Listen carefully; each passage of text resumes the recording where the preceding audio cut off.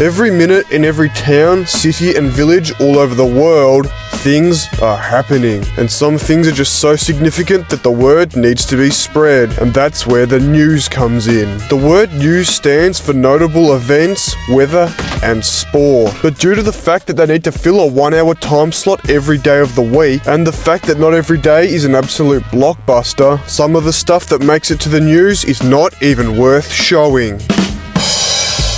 Or is it? You see, Australia is one of the countries that pioneers the art of putting absolute crap and hilarious moments straight onto primetime TV. So I've dug through the absolutely huge library of great moments that made it to the Australian news, and in this video we'll go through some of the greatest moments in Australian news history. Anyway, that's enough waffle, let's get into it. First up, we'll start off with a bang with Tony Montana. This news story was about a Melbourne tradie who ran over a thief who tried to steal his car and tools. And while in police custody having to answer a few questions about the whole ordeal, his two mates, who we'll call Pinky and Perky, did some interviews on his behalf. The interviews that these two gave were very helpful. It helped confirm that the identity of the tradie in question was Scarface himself. What's his name? His name's Tony. Can you give us his last name? Montana. Tony Montana. Yeah. Scarface. Yeah. Who surprisingly got out of the Persian rug business and decided to pick up plumbing apparently. After a quick wet willy session and a few fake names. And what's your name? My name's Sam. Is it actually? No, my name's Toby. What's your accent? Toby Mitchell. Oh, God. This should be a no. There was a little misunderstanding of the question at hand. And he got his gear back, didn't he? His gear? Yeah, he got his pipe back, he got his bong, he's got everything's back, man. He got his equipment back. Oh, yes, his equipment, he sure did. And with that answered, they were on their way. But that's not where this story ends, because someone decided to screen record this interview and upload it to YouTube, where it received 18 million views. This prompted the TV show The Project to invite them on for a secondary interview, and it went just about as well as the first one. Boys, your tradies, what are the tools that you're on? Oh, the ones we pinched the other day. And after a bit of mucking around, There was a bit of caressing going on in the video of the Yeah, something like this. He was doing this to me all day yesterday. Could you explain to us what that's all about? I love ears, man. I love ears, you know. My favourite movie is Done by the Elephant. and clearing up a few misconceptions, What are your actual names? I'm Yunus. I'm Muhammad. they were once again on their way, never to be seen again. Now with that over, let's get into the... Hold up a second. It seems like I'm getting a phone call from today's sponsor, NordVPN. You're joking.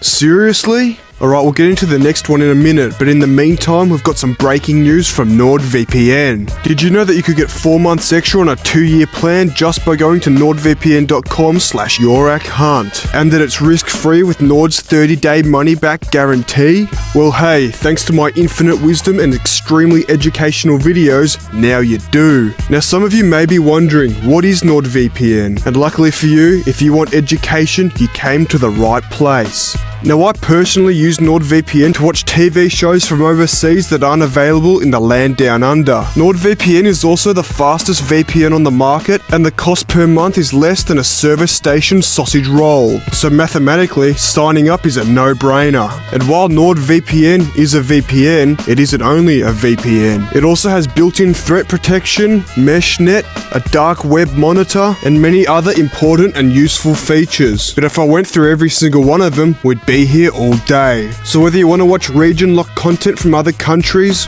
or just have a safer browsing experience on the internet, go to nordvpn.com/yorakhunt. That's nordvpn.com/yorakhunt to get this exclusive offer. And if you don't like it, you can get your money back. Alright, with that important piece of breaking news over, let's get into our next greatest moment in Australian news history. Next up we have a classic 2 for the price of 1 from Tony Jones. First of which is his all-time classic, Beck Judd rejections. Yeah, boy. The first time Tony Jones was rejected by Beck Judd was when he tried to invite her over to his house for a barbecue. And luckily for us, Beck Judd's RSVP was broadcasted live for our enjoyment. Tony, the good news is nice and sunny for the weekend. You should come round for a barbie. No thanks. Okay. But little did we know this wouldn't be the last awkward encounter between these two. Years later, when Beck Judd was about to leave to go on maternity leave, Tony Jones went in for a goodbye kiss and this was her reaction. Oh, hell no, man. What the fuck? Tony Jones had just been swerved harder than he'd ever been swerved before, and once again, it was all broadcasted live on national TV. But while this is funny to look back on and laugh at, Tony Jones has given us another recurring segment that has turned into the gift that keeps on giving, and that is his nickname Chompers. Thanks a lot, Chompers. At some point, Tony decided to get his teeth done, and naturally, he was gifted with the nickname Chompers. Now, Tony Jones is no fan of the nickname Chompers. In fact, he's been on record to say that he hates it. But that doesn't stop nearly every footy player and person in the background of his live crosses from calling him Chompers. They'll certainly not be without their support, and you can see a few idiots have turned up as well. Good on you, mate. Grow up. In fact, here's a little montage that someone else prepared earlier. No worries. Cheers, Chompers. Thanks, Chompers. Thanks very much, Chompers. Cheers. Good on you, Chompers. Cheers. Thanks, Uncle Chomp Chomp. No worries. Teeth are looking great, Chompers. Thanks a lot, Chompers. Pleasure, Chompers. No worries, thanks, Chompers. Thanks, Chompity Chomp Chomp Chomp. Okay, thanks for that. As you can see, this nickname has become a cultural phenomenon. Even Wikipedia is calling him Chompers. Now here's what Tony Jones had to say about the whole situation. Grow up. Alright, that's enough about Chompers, let's move on. Next up, we have one from an ex-Prime Minister, and that of course is the Scomo lawn incident. Australians. Everyone get off the grass, please. Sure, let's just move back from there. Once upon a time, Scott Morrison did a press conference about a load of waffle that I couldn't give a rat's ass about. But that's not the important bit. The important bit is the location of the press conference. Scott Morrison decided to do this press conference on someone's lawn, but not just anyone's lawn, this bloke's lawn in particular. Now, credit where credit's due, I don't think Scomo actually stood on this man's lawn, but the cameraman was a different story. As soon as old mate saw that foot land on his lawn, he came out the door ready for war. You see, what Scomo and his camera crew didn't realise is that old mate had just reseeded it. Hey guys, I've just reseeded that. Please, off the thing.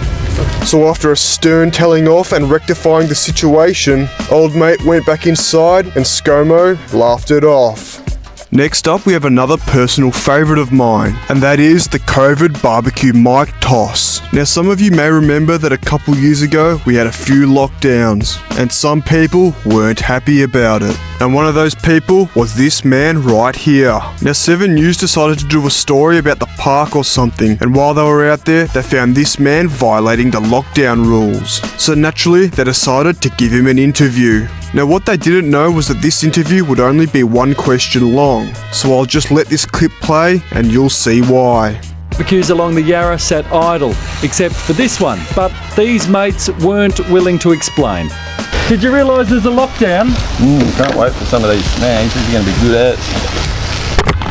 On the day after they asked the man if he knew about the lockdown rules, he decided he wasn't having a bar of it. After praising his own cooking, can't wait for some of these snags. These are going to be good at. He decided to thunder the microphone across the park. And while this clip is only about 15 seconds long, the fact that the 7 News microphone got sent into orbit makes this one of Australia's greatest news moments of all time. Next up, we have another one of Australia's all-time greatest interviews. These two men were trying to buy some noodles from the service station on the way home from a stubbies and singlets party. But what they didn't realise was that their quest for mee goring would end up with them stopping a robbery. After a few mishaps along the way and a blowout, Nah, she's pretty fingered. they finally made it to their destination where they saw this white Commodore pull up with 2 guys with their faces covered. While these 2 crooks were in the store getting down to business, our shirtless heroes had realised that they'd left the keys in the ignition. So our unlikely hero decided to pull the keys out and foil their getaway plans. Some other highlights of the interview include this. We'd been down at Options Tavern at a stubbies and singlets party and Beautiful. got dropped off by a mate up the road and decided to walk down the survey, get some noodles and went to jump over a sign on the way and slipped over and busted my plugger. This. Pretty concerned about my blowout I had and looked up and saw a white Commodore pull up, 2 blokes with shirts around their faces and Yeah, and sort of thought something was a bit sus, so better go and check it out. And of course this. You look like you got reasonable guns. You've been working out in the gym. You look reasonable, buddy. Mate, I don't go to the gym. I haven't been to the gym in years. The only gym I go to is Jim Beam. That's about it. And after asking a few more important questions, James, it's Sylvia here. I got to ask, I understand you're married. What did your wife make of all this when you got home and told her what had happened? I'm not actually married as yet. That was my manager that hacked my Facebook and put up that I was getting married. But yeah, she was more concerned that I broke the brand new pair of pluggers that she bought me on Thursday night. the interview was over. Alright, before we get into our last one, we're going to get into some honourable mentions. First up, we have this screenshot of Amy Parks doing a report at Amy Park. Of course, an all-time classic, the news story of Corey Worthington's party, the scaffold guys, and what a joker guy from the last video. What a joker. Team Kamikaze getting caught red-handed on the Westgate Bridge, and of course, that one time Max Mofo prank called a mechanic shop and made it onto national news. You come down here, I'll put your head with a rock, mate. It's racist. It's sexual. Alright, with that out of the way, it's time to get into our final great moment in Australian news history. And that of course is the news report on the launch of the AU Falcon. Even the news reporter knew from the get-go that the AU Falcon was an absolute weapon. Ford has unveiled its latest weapon in its battle to regain market leadership. That one night on the 2nd of September 1998, the whole world stood still to listen to what Bill Woods had to say. The news report mentions that Ford was banking on the AU Falcon to help increase sales, and that's exactly what it did. As you can see here, after the launch of the AU Falcon, Ford Falcon sales absolutely skyrocketed. But the best part about this entire news story is when they unveil the beast itself. When that jaw-dropping design was finally released to the public, the world almost stopped spinning. And as you can see here, next to the VT Commodore, the AU Falcon looks like a piece of space-age technology. But that's enough about the greatest news story of all time, because now it's time to end. So if you enjoyed this video, make sure to like, subscribe, comment, share, and check out NordVPN if you want to hear more teachings from the prophet of Yorak Hunt.